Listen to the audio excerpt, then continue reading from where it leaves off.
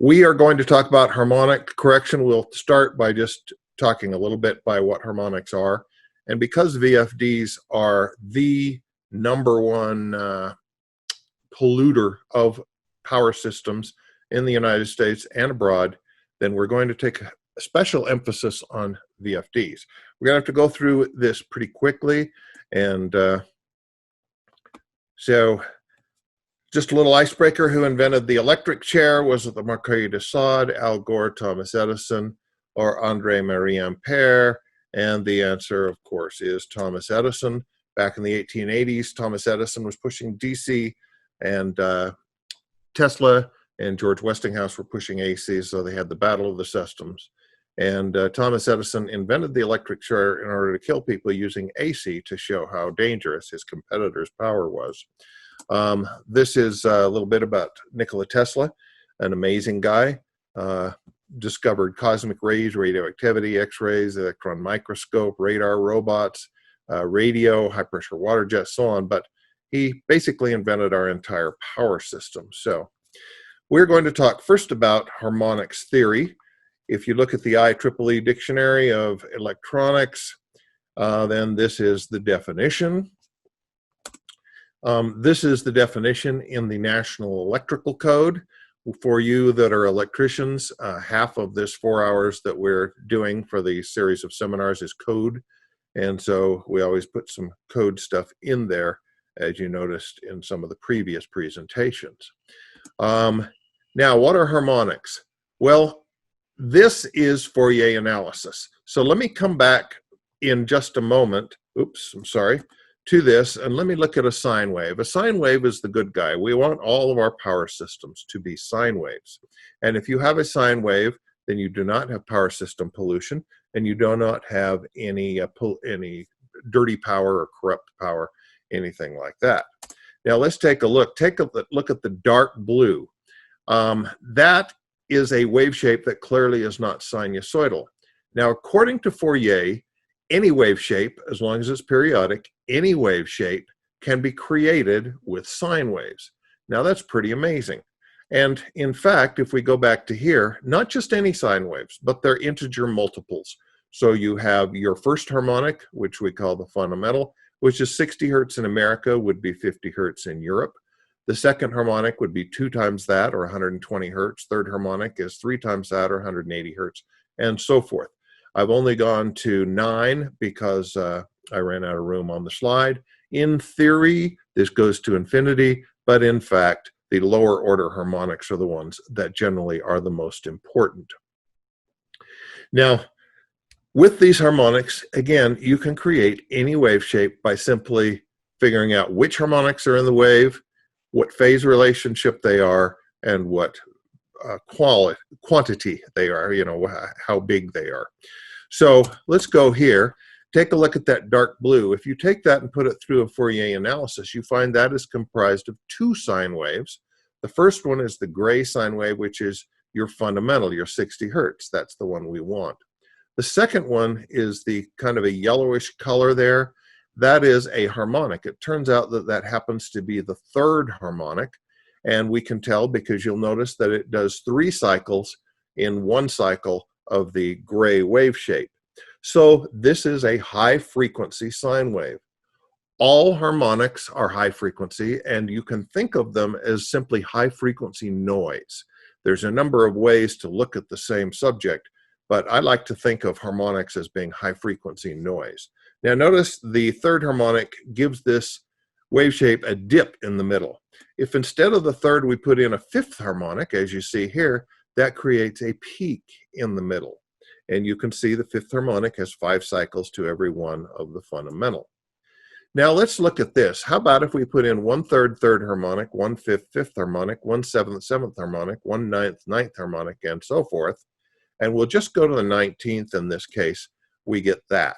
So basically that's a very mathematical series that just puts in the harmonics at the level of the harmonic numbers. And you can see that we create a square wave. So I've shown you the fundamental there in the yellow, and the square wave is in the blue. Now it's got a little ripple in it. If we kept adding harmonics to it above the 19th, went into the 21st, the 23rd, that would just get more and more like a rectangle or like a square until we would have a perfect rectangle. So we tend to call that a square wave. And this is typical of rectifiers. If you have something that's got a constant DC current, but you're switching it between phases, you can see you're going to get kind of a square wave in the current. Now, how about this? How about if we put 80% third, 52% fifth, and so forth? Then what do we get? We get this. Now, the other ones I just drew on the computer. This one actually is measured from a real drive. This is a variable frequency drive with a single phase input. As you know, you can put single phase into a drive and get three phase out. So that's what we've done. And if you were here with us when we talked about drives, or you understand drives, the motor is really powered by the DC capacitor on the motor, and then the inverter or the converter on the drive simply keeps that capacitor charged. And so whenever we get a peak voltage, then the diodes open up and we get this huge inrush of current to charge the capacitor. So you can see here, every time we get a peak of the AC sine wave, then those diodes open up and we charge that capacitor to the peak voltage of the sine wave. And that gives us a very non-sine wave pulsed input from the utility. And of course, the utility doesn't like that, and our power system doesn't like that. And that blue wave, if we put it through a Fourier analysis, has these harmonics, which you saw a moment ago. Notice this is typical. The lower the harmonic is, the higher the amount of that harmonic. And that is not always the case in all drives, but it is typical of drives. Now, if you are not an engineer, you can forget this. But for the engineers, I think this is interesting. THD is called total harmonic distortion, and the I there is current.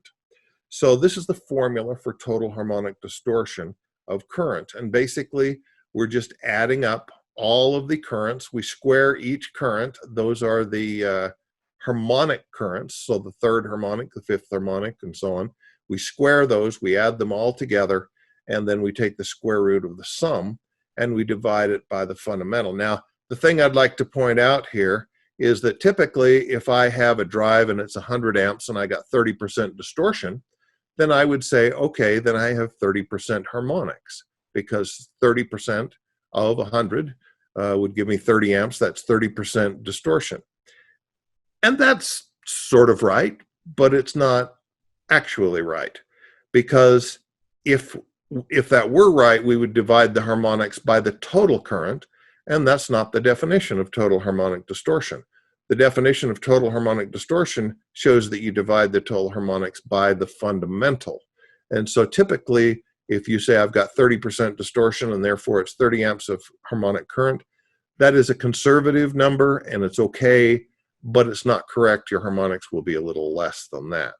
Now, the voltage distortion is exactly the same formula, and notice that in that formula, we divide by the fundamental of the voltage. So if you actually want to see what your harmonics are, and all you know is a percent distortion and your total current, you're going to have to do just a little bit of math here in order to try to figure out what that fundamental value is before you can actually calculate the harmonic amps. And the harmonic amps is pretty important because we're putting in a harmonic filter, for instance. You're going to need to know that to know how big the harmonic filter needs to be. Now, one more equation that you can ignore unless you're an engineer is our generator. We're going to talk about generators coming up.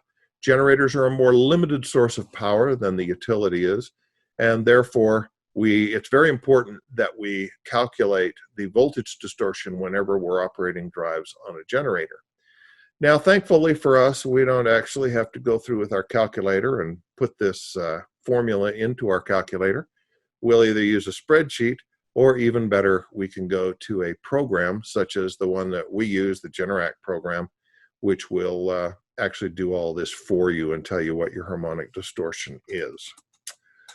All right, let's look at some typical harmonics. There's your first harmonic, which we call the fundamental. That's the good guy. The rest are high frequency noise. And you can just scan through there and take a look, and it shows you some harmonic values that are typical of various loads. Again, back for engineers only, if you are a power engineer and you know symmetrical components, then it is typical if you have a well-behaved load, like not an arc furnace, but if you have a drive, generally the first harmonic, that's again your fundamental, your good one, is going to be positive sequence. Your second harmonic is negative sequence. Your third harmonic is zero sequence, and then it repeats, positive, negative, zero, positive, negative, zero. So think about that first one. That's a positive sequence. It's going to try to make the motor go forward at its rated speed. Now the second harmonic is going to try to make the motor go backwards at twice its rated speed. The fourth harmonic, again, would be wanting the motor to go forward, but it's trying to make it go forward at 4 times its rated speed.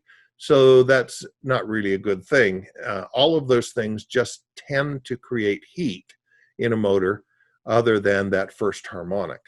Now you'll notice the triplen harmonics, triplen being divisible by 3, are all zero sequence.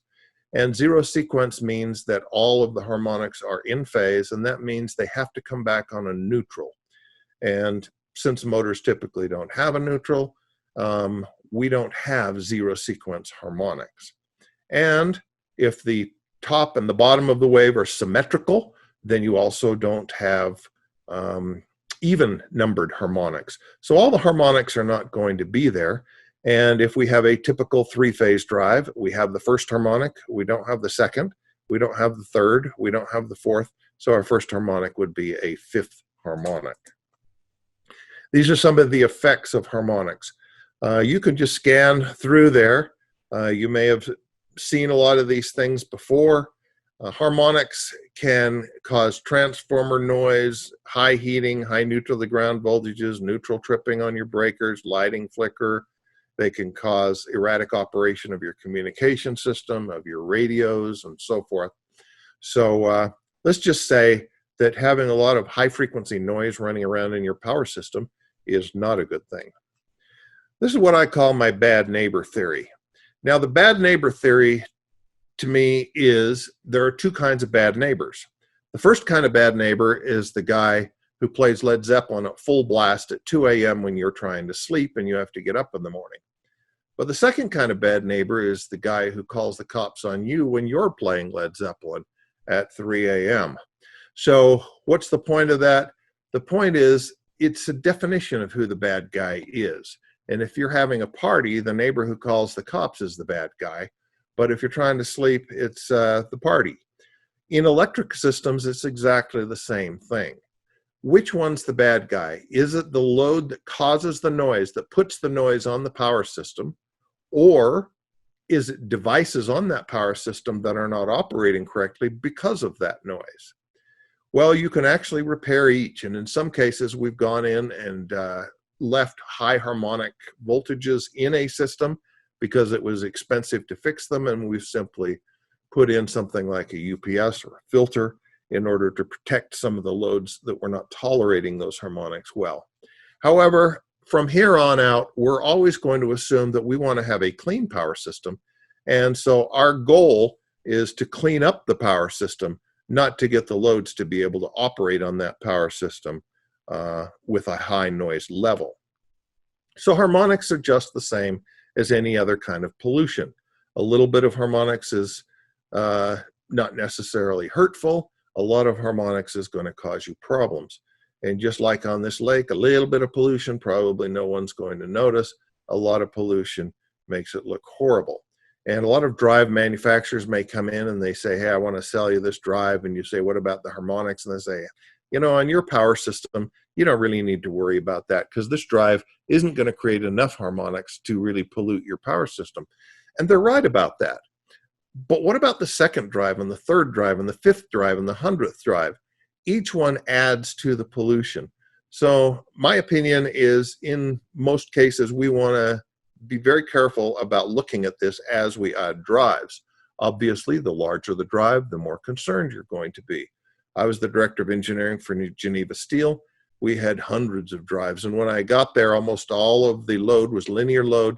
When I left, about 70% of the load in the facility was nonlinear load. But we were very, very careful in as we added load in correcting for those harmonics. And it turned out we were way, way under the IEEE 519 limits. And Utah Power kept saying, boy, how do you have all this nonlinear load and your power system's so clean? Well, it's easy to do. You just take care of it along the way. And I'm going to tell you some of the techniques that I used in order to accomplish that. Why does the utility care? Well, the water utility has a backflow preventer. They want a backflow preventer in there to make sure that any contamination on your side of the fence doesn't get back and pollute the water system. With the utility, the electric utility, it's the same thing, except there is no such thing as a backflow preventer, and therefore those harmonics are going to go onto the utility, and they accomplish it then by standards that limit the number of harmonics that they allow you to put into the utility grid. And if you go over that, then they will take actions such as shutting down your facility. Okay, this is a harmonic mitigation method, not used with drives, but it's very common. If you have printers, fax machines, computers that run on 120 volts, their harmonic is a third harmonic. And so if you have a 12208 volt system, then that harmonic becomes zero sequence. And that means that the third harmonic in A phase is going to be in phase with the third harmonic on B phase, which is going to be in phase with the third harmonic on C phase. And if you have a delta Y transformer, that means that each of those harmonics will flow around the delta, but they will not get out of the delta. And so basically a delta Y transformer traps those harmonics, and that's kind of a nice thing. This is a transformer built by Eaton, and it is specifically built for that purpose. And if you have facilities that have large amounts of computers and printers and so on, in other words, offices, and you have a 12208 volt system, then this is a nice fix for that. This is a shunt filter. Anybody who's an engineer knows that you can tune a capacitor to a reactor, and you can tune it to a certain harmonic. And so this is one of the simplest ways of correcting harmonics. And we actually do this. This is a system in which we simply put one of those tuned filters on the line. I did this. This is not mine, but I did this for arc furnaces at Geneva Steel. They were a lot larger than this. And so this still does happen that we actually use shunt filters. But with most loads, we've gotten more sophisticated. So let's talk about some of those better ways of mitigating harmonics. We're going to now get into VFDs, and we're going to talk about all, and I mean all, current methods of mitigating harmonics with VFDs. Here is a VFD. I'm not going to go through and explain this because we did this in a couple of weeks ago, but you'll notice the front is your converter, and that converter charges the DC capacitor, and it charges it by putting in pulses of current to charge that capacitor only when the input to the converter is close to its peak value. So you get these pulses of current, and the total harmonic current distortion here at the bottom, I'm going to say, is between 70 and 120%. So as a nice round number, I'm going to say a normal drive has about 100% harmonics. That means that for every amp going to the motor, you're generating another amp of high frequency noise and sending it back into your power distribution system. And if that sounds bad, that's because it is bad. So the first thing we can do to fix that is put on line reactors. I happen to be a huge fan of line reactors, and I'm always talking to people at work until they're sick of me saying, did we put a line reactor in that job? We typically do. So line reactors are going to limit the current distortion down there on the left to somewhere between 30 to 40%. That means by simply putting in AC line reactors, you can eliminate 2/3 of your harmonics. And there's a picture of line reactor down there. So they're simple, and they also protect the drive from surges. So you'll notice when a surge comes in, it hits that reactor before it hits the drive. Most drives have some small MOVs in, but they are not able to take huge hits. And so this is great. It can prevent overcurrent tripping, and it protects it from surges, while the chief purpose of putting it in there was to reduce harmonics. Now here's a DC link reactor. A lot of drives come with DC link reactors, and the DC link reactors can be on the positive bus, they can be on the negative bus, or they can be on both sides. And This DC bus will do the same thing for harmonics, but it doesn't give you the ability to limit your voltage spikes, your surges. So I personally am a fan of AC line reactors, although if the drive comes with DC link reactors, we're certainly going to use them. Now, these come in different impedances. A standard impedance for an AC line reactor is about 3%, and a premium, we would say, reactance would be about 5%. So a 5% reactor is going to be more expensive than a 3% reactor, but reactors are not that expensive anyway. So 3% is the lowest that you should ever use, and 5% is better. Now, on the DC link reactors, a lot of times manufacturers put in a reactor and they'll kind of skimp on it. So it will be there, but the reactance will be low enough that you just don't get the harmonic control that you need. And so, of course, you can have both. Simply augment that DC reactor with a nice AC line reactor. Here is a project that was in our shop when I was doing this. And so if you look at the top, you can see all of the line reactors, and you just go from the circuit breaker into the line reactor, out of the line reactor to the drive, and that's all there is to it. Very good way to go. This is a current waveform of a three-phase. So before, when I showed you the current waveform, it was a single-phase input. Now it's a three-phase input. So if you think this is A phase, that first camel hump will be when A to B is the highest, and the second camel hump will be when A to C is the highest. So on three-phase drive, we get this camel hump, and that particular waveform that you're looking at there has about 100% harmonics. Now, this is a current waveform with line reactors. Well, let me go back and look up here. Look at the little dots. There's 1, 2, 3, 4 dots. So our peak currents are up at 4. They're down to 2 with line reactors. So that has actually, the line reactors have reduced your peak currents to half of what they were before. And that's significant. I mean, so line reactors are a very, very good thing to have on a drive. Which drives can you put line reactors on? Pretty much all of them, except some of the specialty ones. Here is nonlinear load from the NEC 100 handbook, and it talks about nonlinear loads. Nonlinear loads and harmonics is two ways of saying the same thing. It all is talking about high frequency noise, and when we talk about harmonics, we're really talking about Fourier analysis, which is the engineer's way of analyzing nonlinear loads. Now, this is a 12-pulse VFD. Let me go back here and notice on a 6-pulse VFD, you get 6 pulses. So whenever phase A to B is highest, you get a pulse. And whenever A to C is highest, you get a pulse, and so on. You end up with 6 pulses. And so if we had 6 diodes, it's called a 6-pulse drive, because every time one of those diodes turns on, that gives us a pulse through that diode. This is a 12-pulse drive. A 12-pulse drive has 12 diodes, so we get 12 smaller pulses instead of 6 big ones, and notice that that gives us down to 12 to 20% distortion, so even better than line reactors. However, it doesn't work without phase shifting transformers. Anytime you have more than 6 pulse, we would call that a multi-pulse drive, and they always have phase shifting transformers involved. So in this case, 360 degrees divided by 12 gives us 30 degrees. Therefore, we need a 30-degree phase shift transformer. So on one of the bridges, we would have just line reactors or a delta-delta transformer, something like that. On the other one, we have a delta-Y transformer. Delta-Y transformers are common, and they just happen to have a 30-degree phase shift. So great. Now, you have to have that phase shift for this to work. If you don't have the phase shifting, then even though you have 12 diodes, the diodes are going to come on in pairs, and you're only going to get 6 pulses.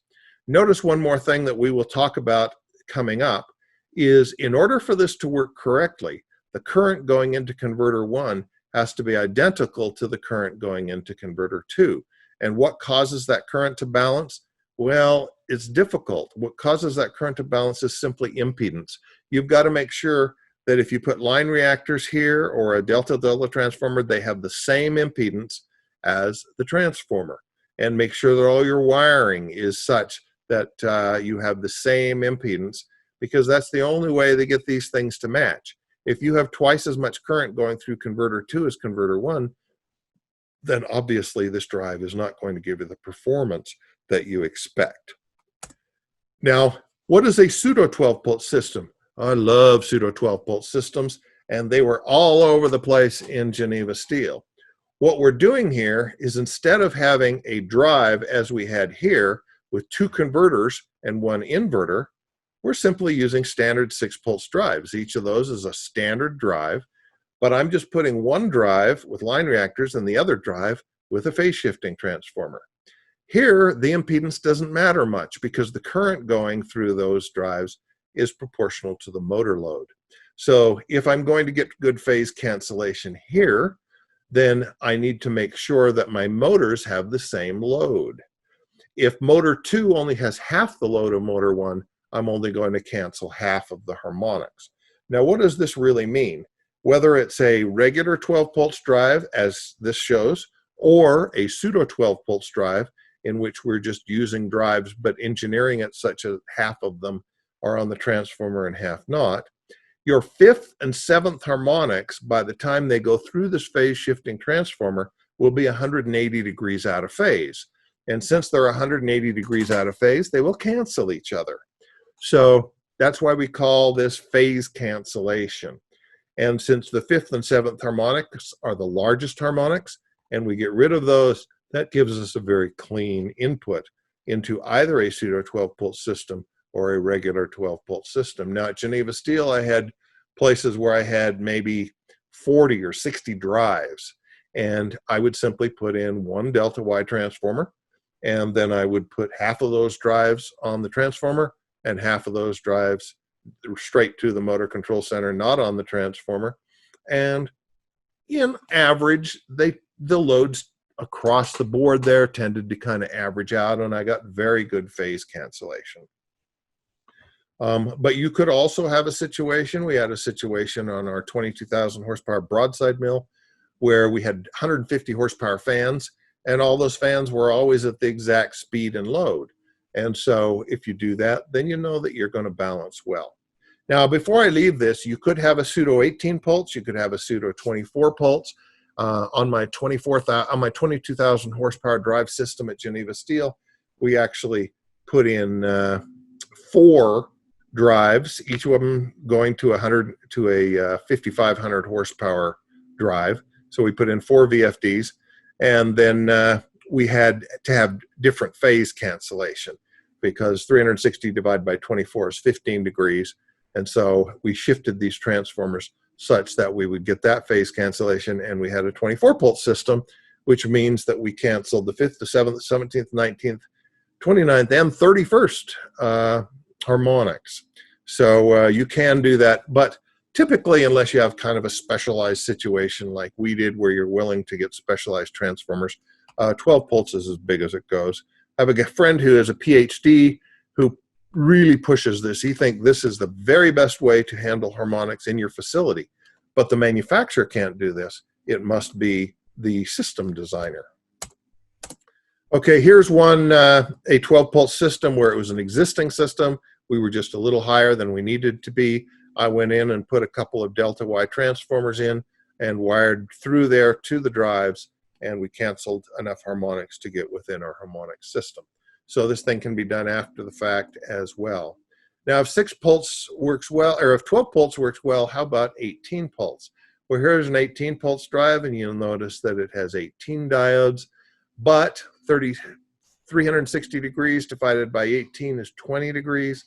So in a situation like this, we put this top one at a plus 20 degrees, the bottom one at a minus 20 degrees, the middle one at 0 degrees, and we get 18 pulses. And notice 18 pulse now, where total harmonic current distortion can be as low as 5%. It's typically around 7 or 8%, and 18 pulse drives are fairly common. Now, I didn't put a 24 pulse drive in here. We don't see 24 pulse drives in low voltage. We do in medium voltage, and we'll talk about medium voltage in a minute. This is a schematic of an 18 pulse drive. And here is an actual 18 pulse drive. This particular drive came with a line reactor, so I used it. We also have to have a line reactor in order to help balance the currents in the 18 pulse drive and they make special patented phase shifting transformers that give you all of the phase shifting necessary for 18 pulses. In this case, we had 6 diodes here. We added 6 more here, 6 more here, and voila, we turned a 6-pulse drive into an 18-pulse drive. Now, this is a hybrid filter. We were actually the first ones to patent a hybrid filter, and there is the patent. You'll notice that here we have a tuning reactor and a capacitor that's tuned to approximately the 5th harmonic, our largest harmonic. So here again, we're going back to tune it and get rid of that harmonic. And then your other filters, your other reactors here look like a line reactor, and they get rid of those higher order harmonics. This will give you about the same performance as an 18-pulse drive. You've got to be careful that most hybrid filters that are sold today only have 2 reactors. They have this line reactor and they have the tuning reactor, but you have to have 3 in order to get the filter to function correctly.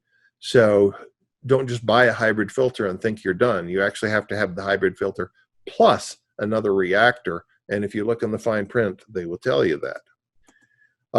This is a 2nd generation. We won't get into that. Here's a drive that's got 3 reactors and capacitors. That is your line filter, your harmonic filter. We like to put all these in the enclosure with the VFD. This enclosure is kind of huge, but it made for a good picture. And that way, it all comes to you clean and in one cabinet and tested by a UL shop and ready to go.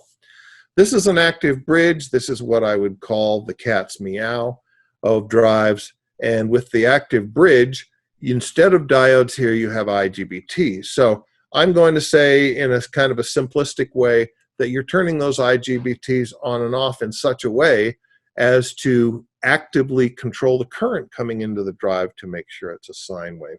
And our total harmonic current distortion is now 2 to 5%. This is the best performing drive in the market. Unfortunately, it is also the most expensive drive in the market. That probably won't surprise you. Now, this is an active front-end drive. And so we have, again, our converter, our DC bus, and our inverter. But because we're turning these IGBTs on and off so quickly, they create some switching noise. Therefore, we have to add another filter in front. And part of the figure of merit for a really good quality active front-end drive is the quality of that LCL circuit that you see there in order to limit your switching noise. And here is one of those that we built for a surfing place. Now, this is another one that they tend to call an active front end, but I would call it not a true active front end. The words can get kind of confusing, and so we tend to call this a matrix drive. And it is active in terms of it's got all its IGBTs. They've got 9 IGBTs, and instead of 6 on the front, 6 on the back. And you'll notice that there's no DC bus there. So this particular drive is not going to have good ride through because there's no capacitor there to hold the charge. But it can give you very good harmonics. Now here again, we also have to add a filter on the front of the drive. This particular one has modes, and you can see the matrix mode 2. These are test results, and it can get down as low as 5%. A full active front end will be more like 2%. However, it can only go up to 88% speed, and once you get above 88% speed, you have to go to matrix mode 1. And of course, this is where we're most concerned about harmonics, is at the highest loads. And when you go to matrix mode 1, then you get harmonics that are generally up around 10, 11, 12%, something like that, which actually is a poorer performer than either your 18 pulse or your filters, but these drives are fairly expensive. This is your true power factor. It shows a comparison between a true active front end and a matrix. And you can see that our true power factor, which includes displacement power factor and harmonics, your Cadillac active front end is your best performer. I'm not going to go through this, but this kind of lists different advantages and disadvantages of a true active front end versus the matrix type technology. Now, finally, we get to an active filter on the bus, and this is getting much more popular. In the other cases, we were trying to get variable frequency drives not to generate the harmonics. In this case, we're allowing them to generate harmonics, but then we're putting an active filter in order to clean this up. And this works pretty much the same way our phase shifting does. It basically looks at the harmonics, measures them, and this generates noise. So it's a noise maker, but it makes harmonics 180 degrees out of phase with the harmonics from the VFD, and therefore they cancel. And this is a very, very good performer. You can generally get an attenuation ratio about 10 to 1. So in other words, if you have 30% distortion, you could get that down to about 3%. Now, in this case, you always need, this is something people don't realize, you must have line reactors on this VFD if you expect that active filter to perform properly. So if the active filter is a long ways from the VFDs, like up by a service entrance, and you've got transformers or a lot of wire in between, that will help considerably. But we always recommend that you have line reactors if you're going to use active filters in your system. Now, active filters work just like noise cancellation headphones. And here's before, here's our harmonics before, and the active filter creates harmonics, but it creates them 180 degrees out of phase, just like noise cancellation headphones. It cancels those harmonics, and you get a nice clean sine wave. So down here, you can show your waveform with the drive, your waveform coming out of the active converter, and the total when they add together. This is a picture of some active converters. And again, the cost is coming down. We're using these a lot. They're very, very helpful in places where you have lots of small drives, or in places where you have an existing system and you have a harmonic problem and you want to fix what it exists. And here's some of the features of that active filter. So we are getting close to the end, but we have a few things yet to go that I think you'll be interested in. I've assigned levels. So these are levels 0, 1, 2, 3. These are not any kind of international standard or IEEE standard. We simply put them in categories. So level 0 would be no harmonic mitigation. You get about 100% distortion.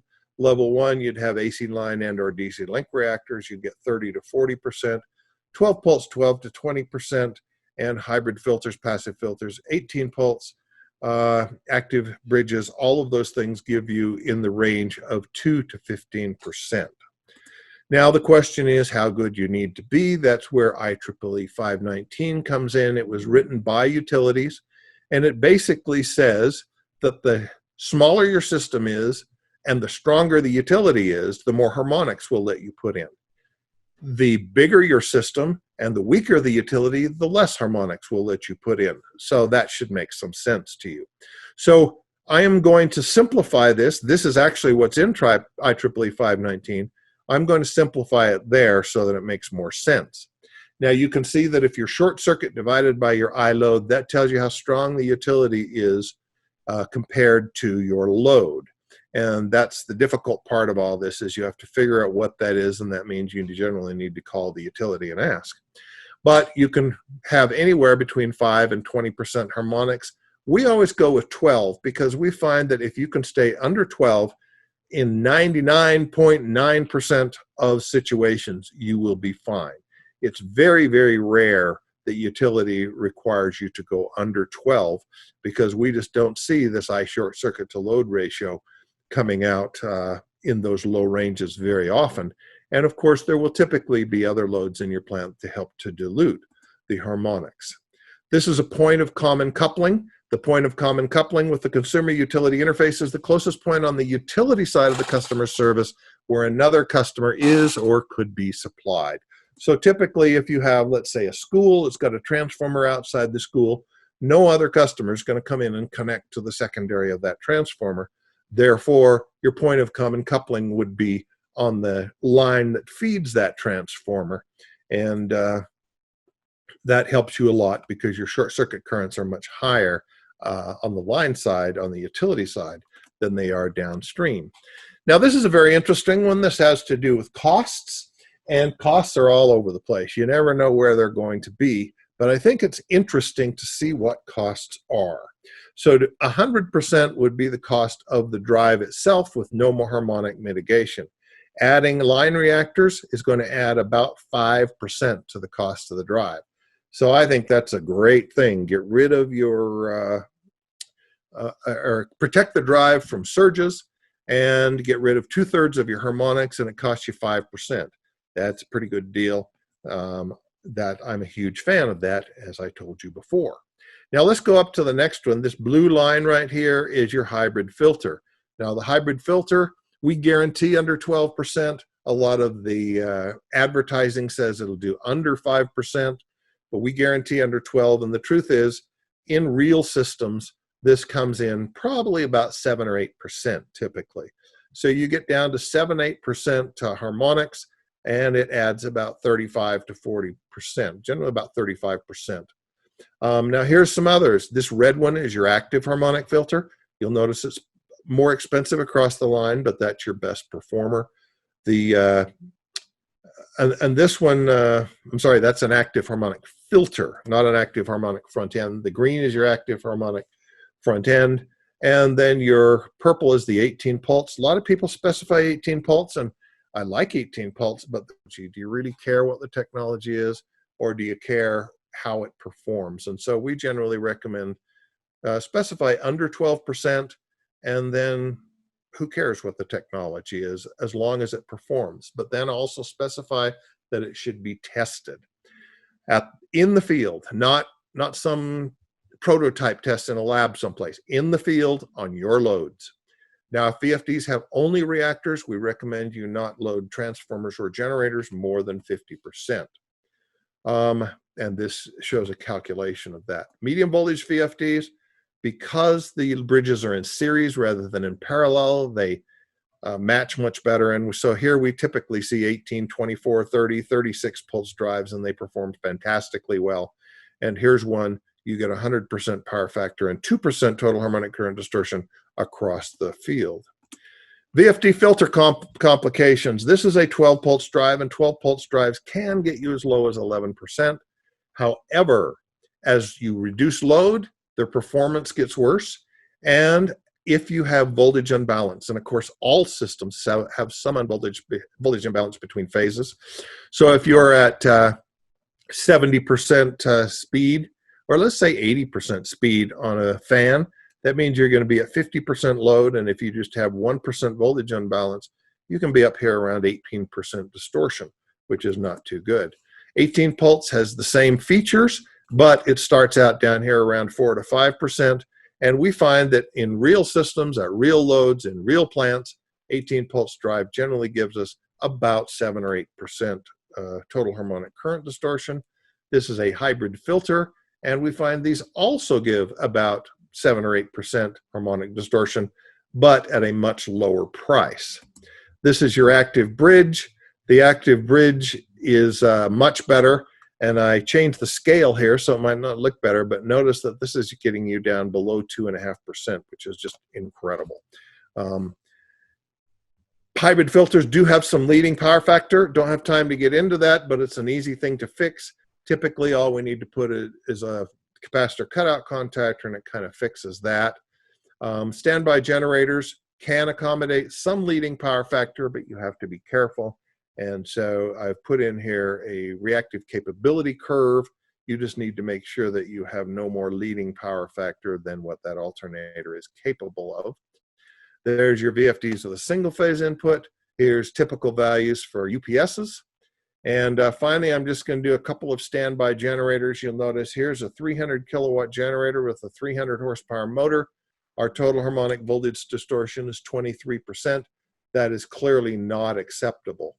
And as I told you, we generally like to have generators loaded no more than 50%. So I did one of those. This is a 300 kilowatt generator with a 150 horsepower motor. And you'll notice that your total harmonic voltage distortion on this is under 12%. And typically this is going to be down around 9 or 10% because drives are not going to run flat out at their highest current and their highest speed. And so we find this is kind of a typical rule of thumb.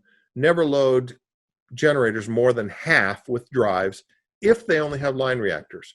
Now, if you put on filters or 18 pulse or anything like that, then of course you're in Fat City. But you do need to worry about that. And if you use a program like the Generac program that'll do this all automatically for you and tell you what your voltage distortion is, we'd like to be under 8% per standards. We find that if you're under 10, you're in pretty good shape. So use a 3-phase RMS sensing alternator, keep your voltage regulator, keep your voltage distortion under 10%. So that is it. I will turn the time back to Tyler. Thank you for your time, and we are open for questions. Great. We start with 2 questions actually about generators. We'll start with the more general one here. What causes the harmonics to go crazy with generators? Okay, so let's assume that you have, this is a great question. I'm glad you asked this.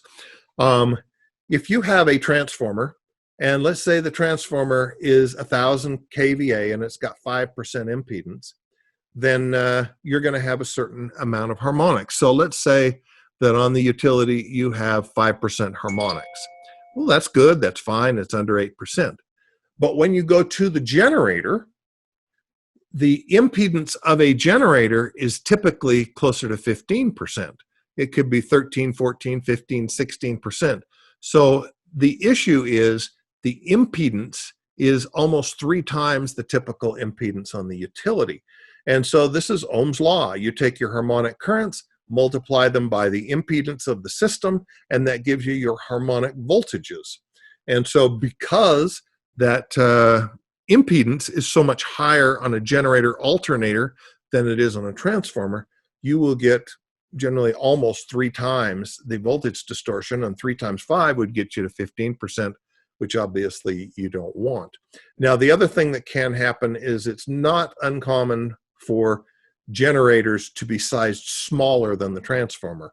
So you might have a 100 kVA transformer and the generator is only 500 kilowatts. That makes it even worse because your generator is smaller. Okay, the next generator question we have. What would happen if a 3-phase 480-volt external line reactor was removed from a system? Could it blow out a rotating rectifier on a generator and the automatic voltage regulator?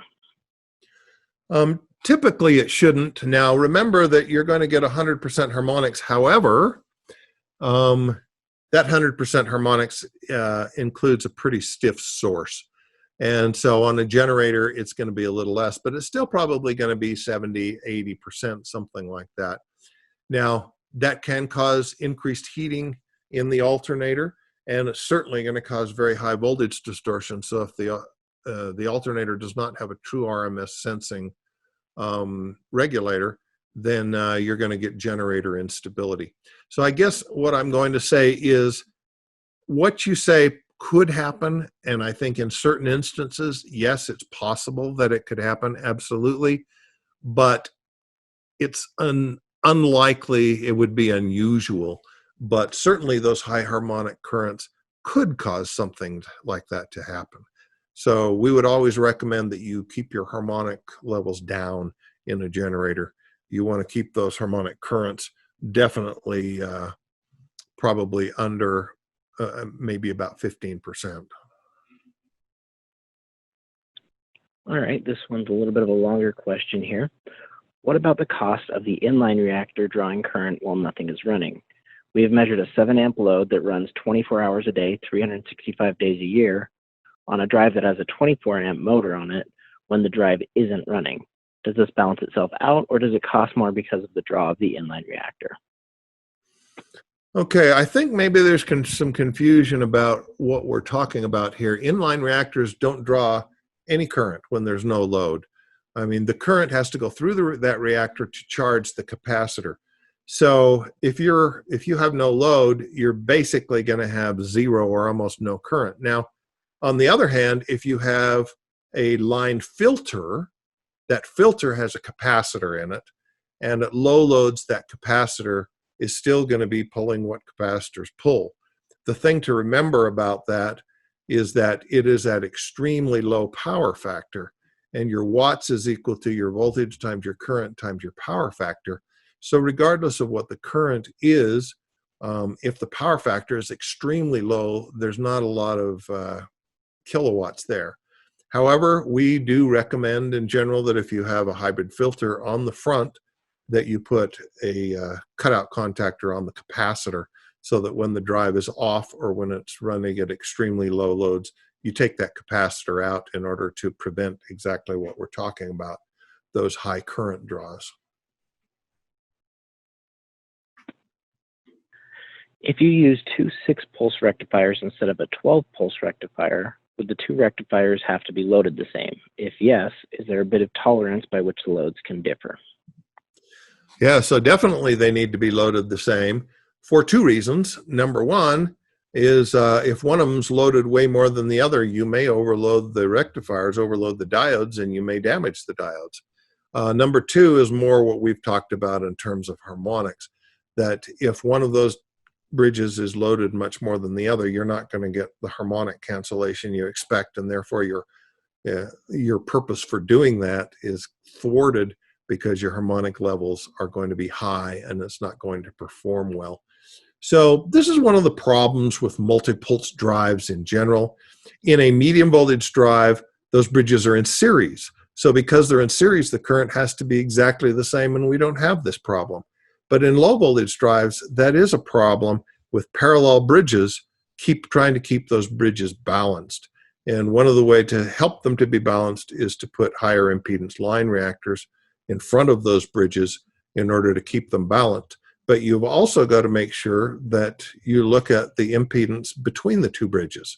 So if you have 8% impedance on one bridge and 3% on the other, you're obviously not going to get very good balancing. So you need to look at the impedance and make sure you have some impedance. And like I would like to see 5% impedance. But we've done less, and then make sure that that impedance is the same on each of the bridges. Is there a certain size of facility where you don't really need to worry about harmonics? Oh, thank you. A great question. I would say you always have to worry about harmonics. However, let's take a look at IEEE. IEEE says that you should be under 12%. Well, IEEE gives you various levels, of course, but I'm telling you that the level that will almost always keep you safe for IEEE is 12%. So we want to be under 12%. So let's say that we have one drive and we've got line reactors on it. So we have, let's say, 35% current. Well, clearly that's way outside the limits. On the other hand, if I have 3 motors and only one motor is on a VFD, well, the one motor on the VFD is doing 35%. Let's make it 36 just to make the math easier. But the other 2 motors are basically putting out no harmonics because they're not on a VFD. So that 36% becomes only 12% of the entire load. So we would call that dilution, that we have other loads that are not generating harmonics. Then you take the harmonic currents and you divide them by the total load. And instead of 30% distortion, now we're down to 12. So that's just kind of an example. My recommendation in general is that you look at your harmonic producing currents, and if your drives, let's say, or your UPSs and other things like this are less than 25% of the total load of the facility, then just stick with line reactors and you're going to be in good shape. If they're over 25% of the facility, then I think you need to look at some harmonic cancellation, either by putting harmonic filters on all the drives, or maybe just put harmonic filters on 2 or 3 of the biggest drives, or just one of the biggest drive, or maybe put in active harmonic filter to get rid of that. That's where you need to do a little bit of analysis. But my rule of thumb is 25%. If less than 25% of the load is harmonic producing, then just go with line reactors and you're going to be in good shape. Otherwise, you're going to have to kind of take a look and see what it's like. A lot of companies will say put filters on everything over 10 horsepower. or 10 horsepower and up, and they don't put filters on anything under 10 horsepower. And that seems like a pretty logical source, a pretty logical way of addressing that. But again, it all depends on the system and what's there. And if you have one or two big drives, then generally addressing those takes care of the whole system. Great. We have just one more question left, but I wanted to put out a last call for any other questions. Get those in really quick if you want them in. This question we do have here says, which harmonic mitigation methods should you avoid mixing and matching with each other, and why? That's a great question. Typically, I see no problem really with mixing and matching any of the harmonic mitigation methods. Now, again, on your active front-end drives, you want to make sure you have a good filter built into the drive. Otherwise, that carrier frequency could cause problems in various areas. If you have a standby generator, you want to make sure that you don't have too much leading current from a filter, but that's generally easily fixed by simply putting capacitor cutout contactors. But other than that, I don't really have a problem with mixing and matching any of those harmonic mitigation methods. Again, as I mentioned before, if you're using an active harmonic filter on the bus, then you want to make sure that you're using line reactors on your standard drives. A harmonic filter already has line reactors on the front of there. In some instances, we have seen active front-end controllers on drives get unstable with active harmonic filters on the bus, or with the voltage regulators on the drives. And generally that's just due to the control loops in the drive.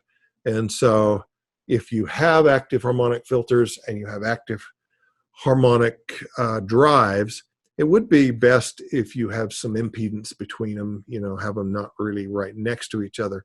But in most cases, even if you do have them next to each other, we haven't really seen a problem. But in the industry, I have to say there have been instances where we have seen that. We had another question come in here. It says some of the active harmonic filters introduce the harmonics at 47 order and above. Any comments? I see the new IEEE 3002.8, he believes, seems okay with high frequency harmonic disorder. Yeah, no, high frequencies are, you want to comply with the standard, but you can also cause problems within your facility even when you are in compliance with the standard. So the reason your active devices can create this high frequency noise is because of the switching frequency. Those IGBTs are switching on and off of a very high rate of speed. And so whatever that frequency is of switching the IGBTs on and off is going to cause some of, we could call them harmonics. I tend to just refer to them as switching noise, although in theory, of course, they're harmonics. And there again, this is what I've said a couple of times. It's really important on an active front-end drive to have a really good quality filter on the drive to filter out that high frequency noise. And that's why a lot of people are still kind of sticking with the hybrid filter. It protects the drive from a hybrid filter, passive filter. Everybody has their own names for this. But it's got reactors and capacitors. It protects the drive, and it's way, way cheaper than these other technologies. So even though as an engineer, I love these other technologies and I love active front-end drives, they are expensive, and you typically can solve all of your harmonic problems by simpler, less expensive means. Great. Well, that is all our questions today. I want to thank everyone for joining us and thank Craig for helping present on his birthday. We will be sending out a link with the webinar. And otherwise, we'd like to, again, thank you all for joining us, and we look forward to seeing you next time.